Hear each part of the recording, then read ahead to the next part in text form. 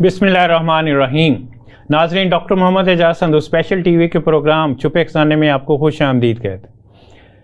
ناظرین، آج کا جو پروگرام ہے ہمارا وہ خاص طور پہ خواتین اور ویمن امپاورمنٹ اور اس کے ساتھ ساتھ لیڈرشپ، ایجوکیشن اور اس کے علاوہ بھی فیمیل لیڈرشپ کا کیا رول ہے.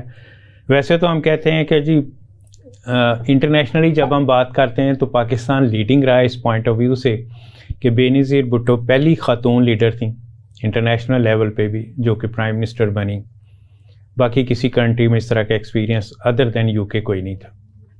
اس کے بعد اور آئیں تو مختلف جگہ پہ ہماری خواتین کام کر رہی ہیں اور ایشوز بھی ہیں، اس پہ ہم ڈسکشن کریں گے. اور ہم نے آج انوائٹ کیا ہے پروفیسر فرح ملی صاحبہ کو، پرنسپل ہیں گورنمنٹ گریجویٹ کالج وحدت روڈ لاہور کی.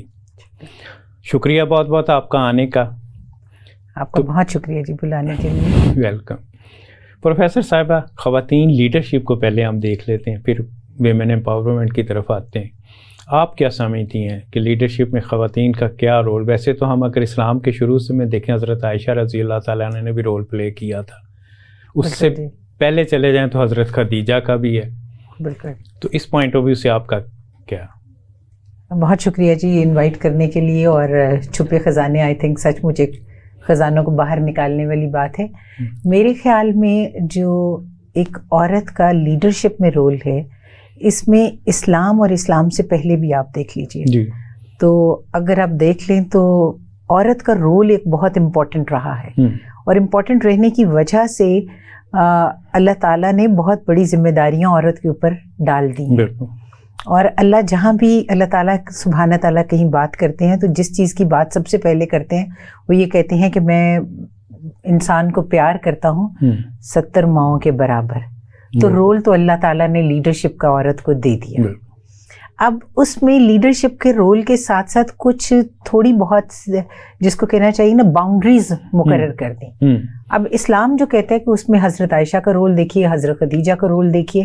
حضرت خدیجہ نے اس زمانے میں جب جس کو زمانہ جاہلیت کہتے ہیں، لیکن اس زمانے میں وہ اپنا بزنس خود کر رہی تھی. تو اس کا مطلب ہے کہ وہ کردار، وہ چیزیں عورت کے اندر موجود ہیں، ایبلٹیز بھی موجود ہیں. اب ہمارا کام ہے کہ ہم نے ان کو باؤنڈریز کے اندر رکھنا ہے. اسلام نے عورت کو کہیں بھی کام کرنے سے منع نہیں کیا، کہیں بھی اس نے کاروبار کرنے سے منع نہیں کیا، نہ اس نے ان کو کسی بھی پروفیشنل ڈگری یا پروفیشنل لائف کو اپنانے سے روکا ہے. صرف ایک جس کو کہنا چاہیے کہ ایک باؤنڈری جو ہے وہ سیٹ کر دی کہ اس کے اندر رہ کے آپ اپنا کام کر سکتے ہیں.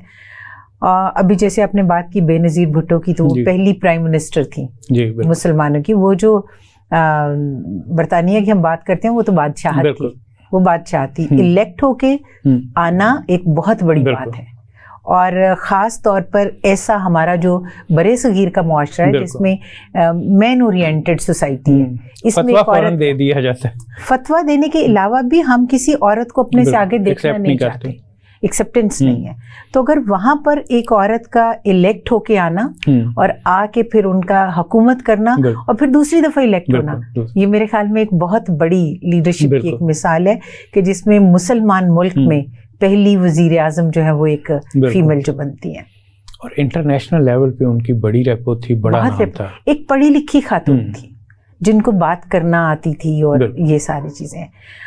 کچھ لوگ ہوتے ہیں جو کہ اپنی انہیریٹنس میں کچھ چیزیں لے کے آتے ہیں، تو میرا خیال ہے قابلیت انہیں انہیریٹنس میں ملی تھی جس کا انہوں نے بھرپور فائدہ اٹھایا. وہاں پر پڑھنا، پھر وہیں پر ان کی جو پریزیڈنٹ بننا بے نظیر بھٹو کا، تو یہ بھی لیڈرشپ تھی. پرائم منسٹر بننے سے پہلے اسٹوڈنٹ لیڈر بھی رہی وہ. اب اسی طرح سے اگر آپ دیکھیں تو یہاں پر ہماری باقی جتنی بھی ہیں اس میں فاطمہ جناح کو دیکھ لیجیے. فاطمہ جناح کا ایک بہت امپورٹنٹ رول ہے. اور میرے خیال میں قائد اعظم کی جو صحت تھی اور ان کے ساتھ اگر فاطمہ جناح نہ ہوتی تو شاید ہمارے پاس یہ وطن نہ ہوتا، کیونکہ اس صحت میں وہ زیادہ دیر سروائیو نہ کر سکتے. کیونکہ پاکستان بننے کے بعد 11 مہینے جو 13 مہینے سروائیو کی اور ان کی ڈیتھ ہو گئی. تو اگر خدا نخواستہ ان کو کوئی لک آفٹر کرنے والا نہ ہوتا تو شاید یہ مشکل ہو جاتا. بالکل صحیح کہا. پھر ایک جو پرسنل لائف ہوتی ہے اس پرسنل لائف میں ایک مشورہ بھی ہوتا ہے. تو فاطمہ جناح کے مشورے قائد اعظم محمد علی جناح کے ساتھ شامل تھے. تو لیڈرشپ جو ہے وہ تو عورت کی مجھے لگتا ہے کہ گھٹی میں پڑ گئی ہے, کیونکہ وہ صرف اس کے اندر یہ کوالٹیز ہیں نہیں, بلکہ آئندہ آنے والی نسل میں بھی وہ ان کوالٹیز جو ہیں ان کو پیدا کرتی ہے. اور جتنی بہترین مائیں ہیں آپ دیکھیں کہ وہیں سے لیڈر جو ہیں وہ پیدا ہوتے ہیں اور پھر پروان چڑھتے ہیں آگے. اچھا, اس میں جو ایک انٹرسٹنگ چیز ہے, میں کام کر رہا تھا اور میرے کولیگ بھی, انہوں نے بک بھی لکھی ہے مدینہ اکنامکس کے اوپر. تو حضور اکرم صلی اللہ علیہ وسلم جب ہجرت کر کے مدینہ گئے تھے جی بالکل, تو اس وقت وہاں پہ یہودیوں کا راج تھا, اور اسپیشلی ان کے اکنامک سسٹم کے اوپر مارکیٹ ساری یہودیوں کی تھی. تو حضور اکرم صلی اللہ علیہ وسلم نے جاتے ہی وہاں پہ ایک خیمہ میں مارکیٹ بنائی تھی, بہت بڑا خیمہ لگا کے اس کے اندر, اور اس کا انچارج ایک خاتون کو بنایا تھا, کسی مرد کو نہیں بنایا. اور اس کا رول یہی تھا کہ, اور اس میں فری کاروبار کا آپشن دیا گیا تھا کہ جی جو مرضی آپ بیچیں, جو مرضی آپ کریں, کوئی ٹیکس نہیں ہوگا. تو ایک ٹیکس فری اکانومی کی ایگزامپل بھی دی گئی تھی. اور یہ بھی کہ بلیک مارکیٹنگ کی جو ہم بات کرتے ہیں یہاں, جو جس کا دل کرتا ہے چیزیں, تو خاتون کو اس لیے رکھا تھا کہ وہ کنٹرول رکھے, کہ ایک طرح سے پرائس کنٹرول کمیٹی کا اس کا رول تھا, اور مینیج بھی کرنے کا. جی تو آٹومیٹکلی حضور اکرم صلی اللہ علیہ وسلم نے تو ایک اور مثال قائم کر دی اس ٹائم پہ کہ جی خاتون کو as a leader further role دیا جا سکتا ہے مینیج کرنے کے لیے. بالکل صحیح بات ہے. میں ایک چھوٹی سی بات کرتی ہوں کہ مجھے لگتا ہے کہ جو مینجمنٹ ہے یا جو پرائس کنٹرول کی بات کرتے ہیں, عورت زیادہ بہتر بجٹ بنا سکتی ہے. گھر کا بجٹ وہی بناتی ہے, گھر کا بجٹ وہ بناتی ہے. اور سب سے بڑی بات یہ ہے کہ جو بھی ریسورسز پرووائڈیڈ ریسورسز ہیں اس کے اندر وہ بجٹ بنانا جانتی ہے. اور ہم اگر آپ دیکھیں کہ یہ جو جتنے بھی ہوم اکنامکس ہے, یہ باقی جتنے بھی کالجز ہیں, اس میں تو ایک ڈگری دی جاتی ہے کہ ان کو بجٹ بنانا اور بتانا کہ منیمم کیسے.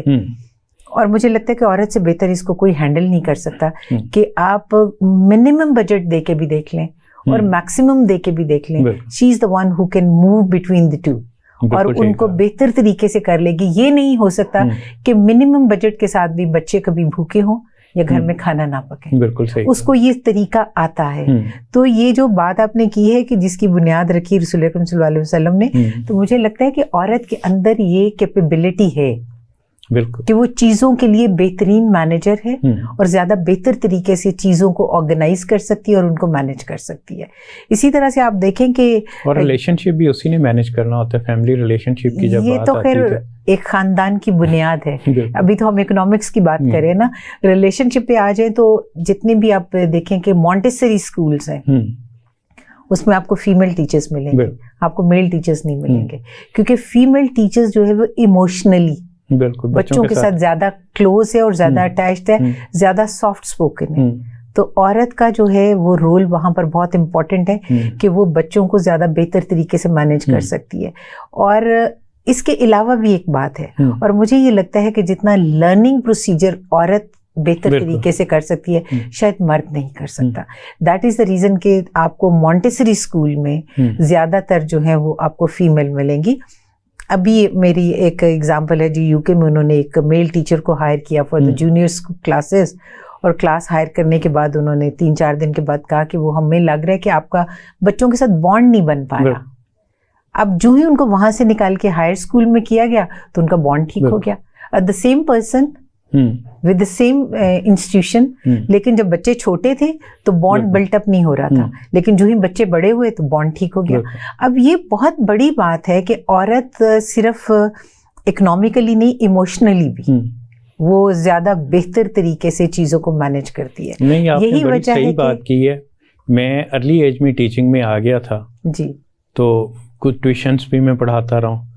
تو مجھے ایک دفعہ بچوں کو پڑھانے کے لیے ملا, تو پہلے تو میں ریلکٹنٹ تھا پڑھانے کے لیے, پھر انہوں نے کہا کہ نہیں آپ آئیں پڑھائیں. تو کچھ عرصے کے بعد میں نے کہہ دیا سوری, بچوں کو میں نہیں پڑھا سکتا. ایک خاص پیشنس لیول ہوتا ہے. ماں جو ہوتی ہے وہ بچے کے ساتھ اس پیشنس کے ساتھ ٹریٹ کرتی ہے. کچھ چیزیں ایسی ہیں جو اللہ تعالیٰ نے سرشت میں ڈال کے بھیج دی. مرد کی سرشت میں کمانا تھا, عورت کی سرشت میں خاندان کی پرورش تھی. جب وہ خاندان کی پرورش اس کے لیے رکھ دی گئی تو اس لیے وہ زیادہ بہتر طریقے سے کر سکتی ہے. ہم ان جو ایبلٹیز ہیں ان کو پالش کرتے ہیں, ہم پیدا نہیں کرتے. وہ کیپیبلٹی ہمارے اندر اللہ نے ڈال دی. مرد کے لیے نیچرل ہے, وہ نیچرل ہے, ان بلٹ. ایک مرد کے لیے ایک گھر سے اٹھ کے دوسرے گھر جانا مشکل ہے. عورت بڑے آرام سے پہلے دن سے پتا ہے مجھے جانا ہے, and she is living in one house and getting herself prepared for the next house. ٹھیک ہے, تو یہ بہت مشکل ہے کسی بھی ہیومن بینگ کے لیے کہ وہ اپنے پریزنٹ میں رہتے ہوئے اپنے آپ کو اپنے فیوچر کے لیے تیار کرے اس گھر کے لیے جو اس نے دیکھا نہیں ہے. تو یہ کیپیبلٹی میرا خیال ہے عورت کے اندر ہے. تو جس کے اندر اڈیپٹیبلٹی زیادہ ہے, اپنے آپ کو مولڈ کرنے کی زیادہ ہے, کیپیبلٹی زیادہ ہے, وہ زیادہ بہتر طریقے سے معاشرے میں ایک رول پلے کر سکتی ہیں. بالکل آپ نے ٹھیک کہا ہے. اچھا, اب ہم واپس آ جائیں ایجوکیشن لیڈرشپ کی طرف جہاں پہ آپ ہیں. تو ایجوکیشن میں آپ کس طرح دیکھ رہی ہیں کہ ویمن کیا رول پلے کر رہی ہیں, اور اسپیشلی ٹریننگ کی بھی پوائنٹ آف ویو سے بھی؟ میرے خیال میں اگر آپ دیکھیں تو لاہور کو اگر آپ دیکھیں تو اس میں تقریباً کوئی 63 کے قریب کالجز ہیں ٹوٹل پبلک سیکٹر کالجز, جس میں سے میجورٹی فیمیل کالجز کی ہیں, میل کالجز مینورٹی میں کم ہیں. پھر دوسری بات یہ ہے کہ میل کالجز میں بھی کو ایجوکیشن ہے, فیمیل وہاں پر بھی موجود ہیں. اب صرف فیمیل اسٹوڈنٹس موجود نہیں ہیں, فیمیل وہاں پر ٹیچرز بھی موجود ہیں. ابھی ایک میل کالج کی فیمیل پرنسپل بھی موجود ہیں, ایم اے کالج کی ڈاکٹر عالیہ رحمان جو وہاں پر موجود ہیں. تو مجھے یہ لگتا ہے کہ زیادہ بہتر مینیجر ہوتی ہیں. میں نے بہت سارے میل کالجز کی بھی میٹنگز اٹینڈ کی ہیں, میں نے فیمیل کالجز کی بھی اٹینڈ کیا کرتے ہیں, ہم لوگ جاتے ہیں. تو جو فیمیل کالجز ہوتے ہیں ان کی میٹنگ زیادہ ویل ارینجڈ ہوتی ہیں, ویل مینیجڈ ہوتی ہیں, ویل پلانڈ بھی ہوتی ہیں. بالکل صحیح کہا آپ نے. جبکہ میلز میں وہ چیز دیکھنے میں نہیں آتی, اور وہ بڑے آرام سے کہتے ہیں وہ جی ہم مردوں کو کیا پتا. مجھے یہ لگتا ہے کہ اگر عورت کو آپ پروفیشنل لائف میں دیکھتے ہیں, not in the educational institutions, کسی بھی جگہ پر جا کر دیکھیں, عورت کے ہاتھ جو کہیں پر لگتے ہیں تو وہ جگہ بتاتی ہے کہ دیر کوئی ایک خاص عورت کا ہاتھ ہے جس کی وجہ سے اس کی شکل جو یہ والی نکلی ہے. اسی طرح سے جب ایجوکیشنل انسٹیٹیوشنس میں جاتے ہیں تو مجھے لگتا ہے کہ ایک فیمیل کا رول جو ہے وہ زیادہ امپورٹنٹ اس لیے ہو جاتا ہے کہ شی ایگزیکٹلی نوز کہ کون کون سی ذمہ داریاں ہیں, کون کون سے کام اس کو کرنے ہیں, اور کن چیزوں سے گزر کر اس کو یہاں تک پہنچنا ہے. تو وہ آئندہ آنے والی جو نسل ہے ایجوکیشنل انسٹیٹیوشن میں, ان میں وہ ان بچیوں کو ان آنے والے دور کے لیے زیادہ بہتر تیار کر سکتی ہیں. اور یہ جو بچیاں ہیں, اگر آپ دیکھ لیجئے تو جتنے بھی ہمارے ریزلٹس ہیں اٹھا کے دیکھ لیں آپ, چاہے بورڈ کے ہیں چاہے یونیورسٹی کے ہیں, لڑکیوں کی پوزیشنز لڑکوں سے بہتر آ رہی ہے. بالکل, لڑکیوں کی تعداد کو ایجوکیشن کالجز میں بھی لڑکوں سے زیادہ ہے. موسٹلی مین میرٹ کے اوپر لڑکیاں جو ہیں ان کا نمبر زیادہ بہتر ہے. ایون آپ انجینئرنگ یونیورسٹی میں بھی لڑکیوں کی تعداد ہے. لڑکیاں, اور خاص طور پہ وہ والی چیزیں جو فیلڈ جن میں لڑکیاں پہلے نہیں جاتی تھیں, میکینیکل انجینئرنگ میں نہیں جاتی تھی, سول میں نہیں جاتی تھی, ابھی آپ دیکھیں گے تو آپ کو ہر جگہ لڑکیاں نظر آئیں گی. مجھے لگتا ہے کہ جو کرپشن ریٹ ہے وہ بھی تھوڑا کم ہے, کیونکہ عورت بیسیکلی اندر سے تھوڑی سی ایک ڈر اور خوف اس کے اندر ہوتا ہے جو کہ بچپن سے پیدا کیا جاتا ہے. اس ڈر اور خوف کی وجہ سے وہ اس طرح کا کام کرتے ہوئے تھوڑا سا گھبراتی بھی, اس کے اندر وہ ایک مردانہ پن اور وہ چیز نہیں آتی. تو اس لیے کرپشن بھی وہاں پر کم ہے. عورتیں زیادہ بہتر مینیجر مجھے نظر آتی ہیں. اور یہ جو ہماری نسل جس کو ہم گروم کرنے کی بات کرتے ہیں, ہم کوشش کرتے ہیں کہ ان کو 2 چیزیں سکھائی جا سکیں. پہلی پیشنس, جو کہ بہت ضروری ہے, اور دوسرا جو ہے وہ یہ ہے کہ how to survive in the society, in a male society. کیونکہ مرد کے ساتھ کام کرنا بہت آسان ہے. آج تک جتنی بھی ہماری جو برے صغیر کی ہسٹری رہی ہے, اس میں بہت کم عورت کو as a human being treat کیا گیا. عورت کو ہم ایز این آبجیکٹ ٹریٹ کرتے ہیں, ایز اے کموڈیٹی ٹریٹ کرتے ہیں. ہمیں یہ لگتا ہے کہ عورت کا جو رول ہے وہ ایک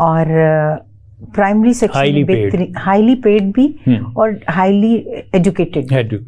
ہمارے پاس میٹرک پاس پرائمری سیکشن میں پڑھانے کے لیے موجود ہیں. میکسیمم جو پڑھا رہے تھے وہ ایف اے سی ٹی تھے, جو انہوں نے ایف اے کیا ہوا تھا اور سی ٹی کیا ہوا تھا, وہ وہاں پر پڑھا رہے تھے. ہمارے پاس بچوں کو پڑھانے کے لیے ٹریننگ جو ہے وہ موجود نہیں تھی. اس کا نقصان کیا ہوا؟ اگر میں ٹرینڈ ٹیچر نہیں ہوں تو میں بچوں کو ساتھ اس طریقے سے لے کے نہیں چل سکتی. پھر دوسری بات یہ ہے کہ ہمارے یہاں پر جو اسکولس ہیں اس میں پیرنٹس کا ایک بہت بڑا رول ہے. ہمارا یہ خیال ہے کہ ہمارا بچہ ایک پیمپرڈ بچہ ہونا چاہیے جس کو کسی قسم کا کام نہیں کرنا چاہیے. ہماری ایجوکیشن اور ہمارے لیونگ سٹینڈرڈز دو ڈفرینٹ چیزیں ہیں. ہمارا وہ ماں باپ جو کہ شاید افورڈ نہیں کر سکتا, جس کے گھر کا ماحول وہ نہیں ہے, لیکن وہ بھی اپنے بچے کو انگلش میڈیم اسکول میں داخلہ کرانا چاہتا ہے تاکہ وہ انگریزی سیکھے.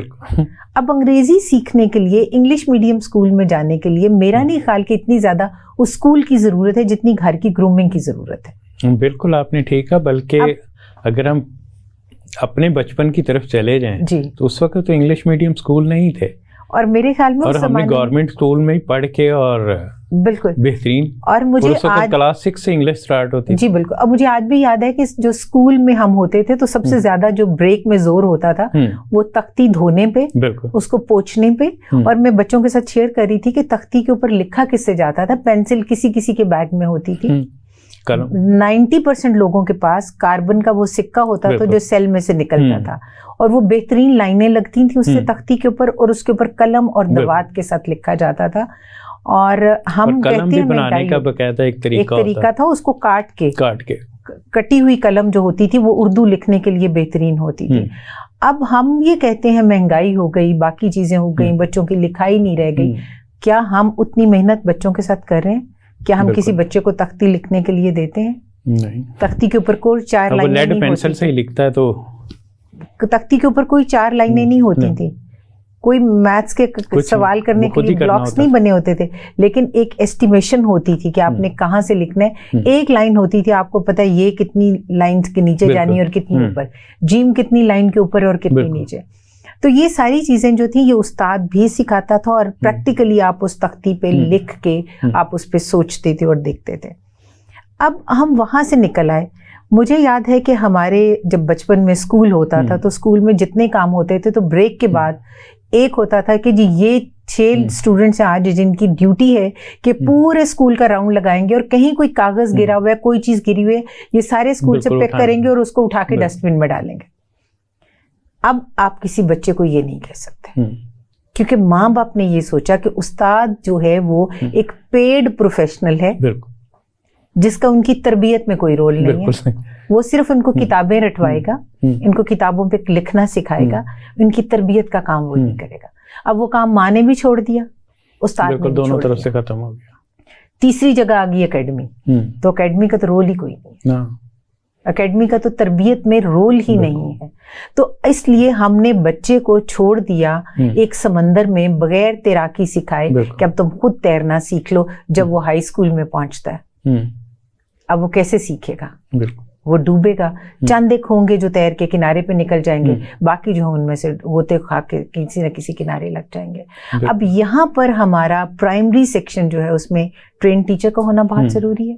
ٹرین ٹیچر کے ساتھ تربیت کا ہونا بہت ضروری ہے, اور اس تربیت کے ساتھ ہمیں بچوں کو یہ سکھانا ہے کہ یہ اسکول آپ کا گھر ہے, اس کی صفائی آپ کی ذمہ داری ہے, اس کی چیزوں کو لک آفٹر کرنا آپ کی ذمہ داری ہے. ہمیں یاد ہے ہم اپنے بچپن میں اپنے کلاس رومز خود سیٹ کرتے تھے, ایک کلاس سے دوسرے کلاس میں فرنیچر ہم خود لے کے جاتے تھے. اب آپ کسی بچے کو کہیں کہ آپ یہ چیئر یا ڈیسک اٹھا کے یہاں سے دوسرے کمرے میں لے جائیں, وہ نہیں لے کے جائیں گے, اور اگلے دن ہو سکتا ہے کہ ماں باپ شکایت لے کے آ جائیں کہ جی آپ نے میرے بچے سے کرسی اٹھوائی. سب سے بڑا ایشو یہی ہے. اکیڈمی کی بھی جو بات کی تو میں نے ایک اکیڈمی میں ماں کمپلینٹ لے کے آئی پرنسپل کے پاس, تو وہ کہتی موبائل فون کے اوپر تھا. تو پرنسپل کہتا ہے جی ہم کیا کریں, آپ تو یہ لے کے آئی ہیں کمپلینٹ کہ موبائل فون کیوں لاتے ہیں, جو لے کے آتے ہیں ان کو جب ہم روکتے ہیں تو اس کے پیرنٹس آ جاتے ہیں کہ جی آپ کون ہوتے ہیں منع کرنے. بالکل صحیح، بالکل صحیح.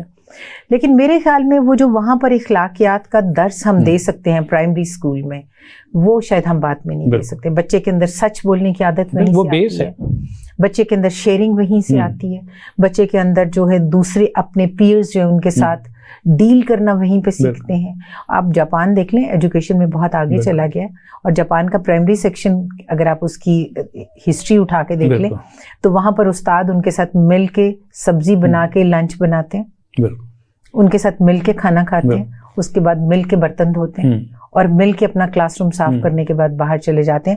ابھی میری ایک ملاقات ہوئی، برٹش وہاں پر آفیشیل تھے جو کہ آئے ہوئے تھے، تو انہوں نے کہا جی کہ میں آپ کا کالج وزٹ کرنا چاہتا ہوں. تو میں نے کہا آ جائیے. وہ آئے، انہوں نے میرا آفس دیکھا تو انہوں نے کہا جی 10 ڈاؤننگ اسٹریٹ جو ہے اس کا دفتر آپ کے دفتر سے چھوٹا ہے. اور کہتے ہیں کہ مجھے وہاں پہ میں بیٹھا ہوا تھا، اور جب میں وہاں پر موجود تھا تو وہ اٹھے اور اٹھ کے پرائم منسٹر جو وہ گئے اور جا کے تو انہوں نے کہا جی میں ابھی آیا. 2 کپ چائے لائے، ایک اپنے سامنے رکھا اور ایک میرے سامنے رکھا، وہ خود بنا کے. تو میں نے کہا جی چینی، تو انہوں نے کہا جی کہ چینی بھی ابھی دیتا ہوں. تو انہوں نے چینی ڈال کے مجھے دی اور میں نے چائے پی لی. تو میں نے ان سے پوچھا جی، تو نے کہا جی آئی ایم سوری، میں ہی ہوں یہاں پر، میں ہی چائے دیتا ہوں، میں ہی سارا کام کرتا ہوں. اس چیز کا میں نے کرنے کی کوشش کی کہ میں نے اپنے کمرے میں ایک پریسنٹ پور بوائلڈ واٹر کے ساتھ رکھ لی. لیکن جو ہی میں اپنی کرسی سے اٹھ کے چائے بنانے لگتی تھی تو میرا مہمان میرے سے پہلے اس تک پہنچ جاتے تھے کہ آپ رکیے، آپ ایسے نہ کریں، آج آپ کا بندہ نہیں ہے، نائب قاصد نہیں ہے آپ کے پاس. تو میرے خیال میں ان چیزوں کو ہمیں گھر سے نکالنا ہے. مجھے اپنے بچے کو آنے والے دنوں کے لیے تیار کرنا ہے، اس مستقبل کے لیے جس میں وہ کام کر سکے. ہمارے بچے یہاں سے باہر جاتے ہیں، یونیورسٹیز میں پڑھتے ہیں، کوئی پیٹرول پمپ پہ نوکری کر رہا ہے، کوئی سیکورٹی میں نوکری کر رہا ہے، کوئی پیزا ہٹ پہ نوکری کر رہا ہے، کوئی میک ڈونلڈس پہ 8 گھنٹے کام کر رہا ہے. کیسے کام کرتے ہیں؟ کیونکہ ہماری جو ایگو ہم نے بنا لی ہے، اور ہم نے ایک سو کالڈ سٹینڈرڈز جو بنا لی ہیں، ان سٹینڈرڈ سے ہمیں اپنے بچوں کو باہر نکالنا ہے. ہمیں ان کو نمبروں کی دوڑ سے باہر نکالنا ہے، اور ہمیں ان کو ان سٹینڈرڈز کی دوڑ سے باہر نکالنا ہے. کون سی گاڑی، کون سا لیپ ٹاپ، کون سا فون، کون سا آئی پیڈ، کون سے ریسٹورینٹ میں برتھ ڈیز، ان ساری چیزوں سے نکال کے ایک بہترین اچھا مسلمان اور اچھا شہری بنانے کے بیسک رولز جو ہیں ان پہ ان سے بات کرنی ہے. بالکل آپ نے ٹھیک کہا. پچھلے دنوں جو ڈیفینس میں ایک ایکسیڈنٹ بھی ہوا ہے جس کا بڑا چرچا چل رہا ہے، تو پہلے سب سے تو اس کے فادر سے یہ پوچھنا چاہیے کہ 14 سال کے بچے کو گاڑی کیوں دی. بالکل جی. وہ فادر کا پچھلے دنوں میں کل یا پرسوں انٹرویو چل رہا تھا جی کہ جی یہ غلط کر رہے ہیں، ہمارے اوپر یہ مقدمہ کر دیا، بچے نے غلط کیا ہے. بھائی تم نے ڈرائیونگ کیوں سکھائی اس کو انڈر ایج میں؟ اس کو گاڑی دی کیوں؟ آپ نے یہ تو 14 سال بہت بڑی عمر ہے. میں نے 9 سال کے بچے کو گاڑی چلاتے دیکھا جو کہ جمپ کر کے شیشے سے باہر دیکھنے کی کوشش کر رہا تھا. اور کیسے ہو سکتا ہے کہ ماں باپ گاڑی دے دیں، اور لاپرواہی ہے ماں باپ کی کہ ان کو نہیں پتا بچہ گاڑی لے کے نکل رہا ہے. بالکل. لیکن اس کے ساتھ ایک اور چیز بھی ہے، یہ تو ہم سکھا دیتے ہیں بچے کو کہ گاڑی چلانی سکھانی ہے، لیکن اب اپنی بچی کو اور اپنے بچے کو یہ نہیں سکھاتے کہ اگر میں نہیں ہوں تو تمہیں اپنا ناشتہ کیسے بنانا ہے، وچ از مور امپورٹنٹ. ہم اس کو یہ نہیں سکھاتے کہ تمہیں اپنے کپڑے کیسے پریس کرنے ہیں، تمہیں اپنی وارڈروب کیسے ٹھیک کرنی ہے، تمہیں اپنا بیگ کیسے پیک کرنا ہے. وہ چیزیں وہاں پر ہم ان کو پیمپر کرتے ہیں، چیزیں ساری ہم ان کے لیے کرتے ہیں. تو ہم ایک ہینڈی کیپڈ جنریشن پیدا کر رہے ہیں، اور وہ ہینڈی کیپڈ جنریشن جو ہے وہ آنے والے دنوں میں ہمارے ملک کے لیے مسئلہ بنے گی. بالکل. اور آگے انہوں نے ملک کی باغ دوڑ بھی انہوں نے سنبھالنی ہے. نہیں دیکھیں جی، ہینڈی کیپڈ شہری کتنے آپ پیدا کر سکتے ہیں. اسکل ہم نہیں سکھا رہے، کام ہم ان کو نہیں کرنے دے رہے.